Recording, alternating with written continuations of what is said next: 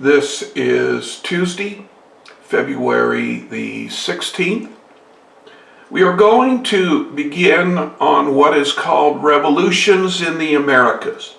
For the last 10 days, we have concerned ourselves with what happened in Europe after the defeat of Napoleon at Waterloo.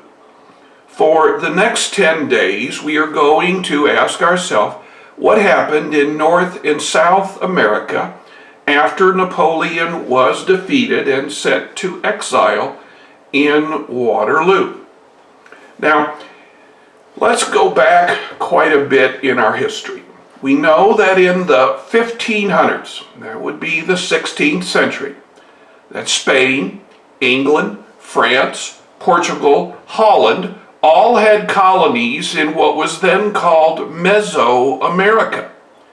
By 1800, that would be the beginning of the 19th century, the beginning of the Napoleonic Wars, only Britain had Canada and Spain still had its possessions in Mesoamerica. In 1775, the 13 English colonies, who are now calling themselves Americans, have created a revolt. 7 years later, that would be 1782, the Americans have won and declared their independence.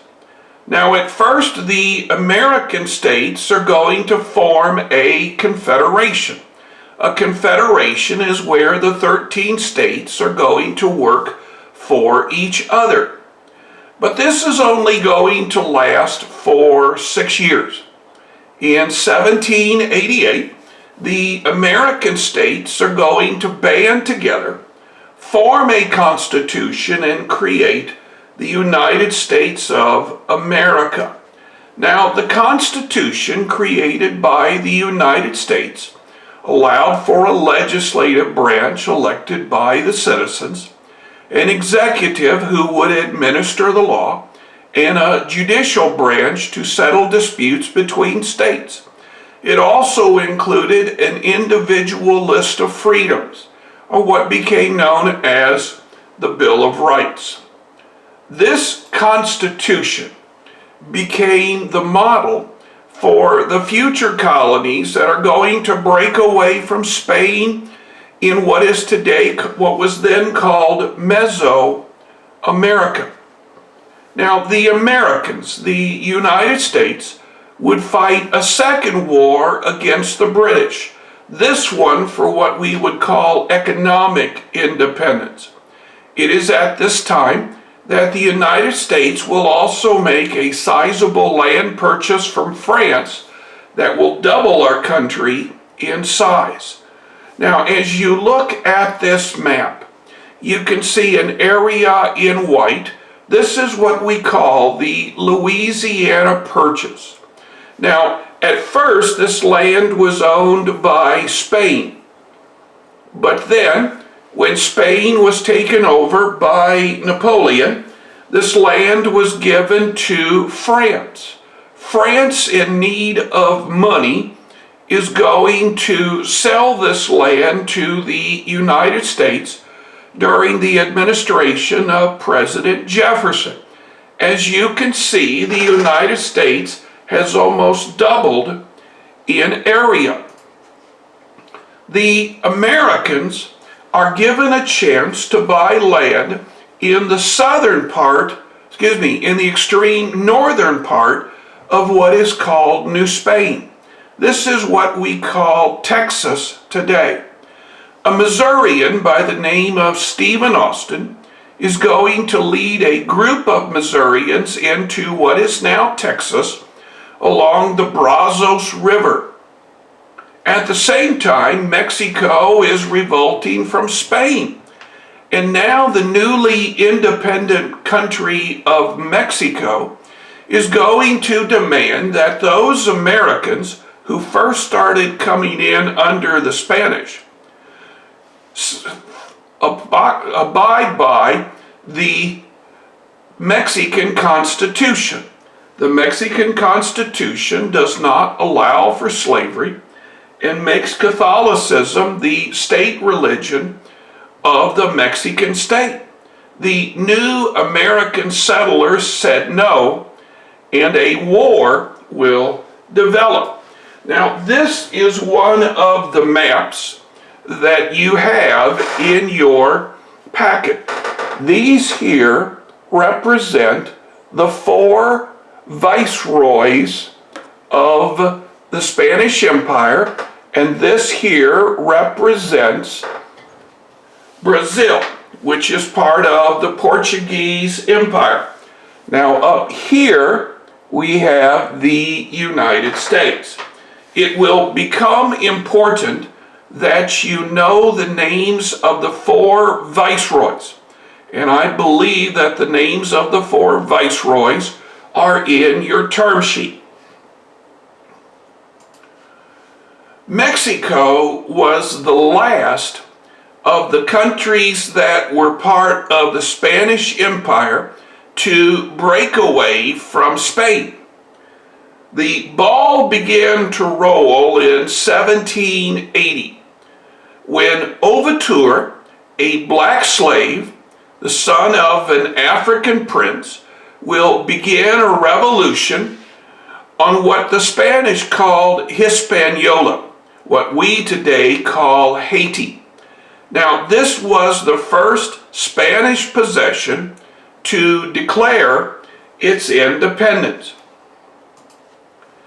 On the continent of South America, this man, Simón Bolívar, is going to use the Napoleonic Wars as a chance to call for the freedom of the Viceroy of New Granada. Now, it's important on your map to find out where New Granada is. Now, this revolution will be fought for over 20 years, and by 1821, forces commanded by Bolívar have won battles, and the Spanish are expelled from New Granada. Now, from New Granada will come the independent country of Venezuela. Bolívar would then use his army and swing south and attack the Viceroy of Peru. Now, much of the wealth, Spain's silver and gold, came from the mines of Peru. By 1824, the Viceroy of Peru has been defeated, and Peru and Ecuador will declare their independence.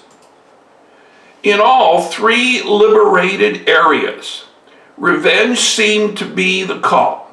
Many of the churches that the Spanish had created will be looted, and valuable artifacts will be stolen.